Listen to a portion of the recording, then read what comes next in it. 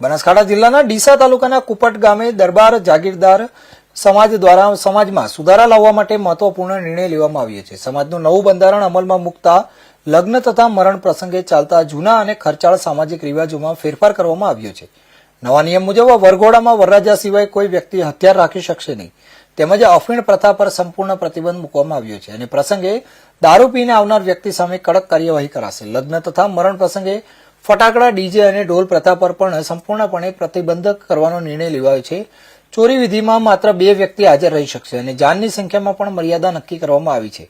જો કોઈ વ્યક્તિ પ્રસંગમાં દારૂ પીને હાજર રહેશે તો તેના પાસેથી સમાજ દ્વારા ₹51,000નો દંડ વસૂલવામાં આવશે. જૂના રિવાજોને તિલાંજલિ આપી આધુનિકતા અને શિસ્ત સાથે સમાજને આગળ વધારવા નિર્ણયને સમાજમાં વ્યાપક સમર્થન મળી રહ્યું છે.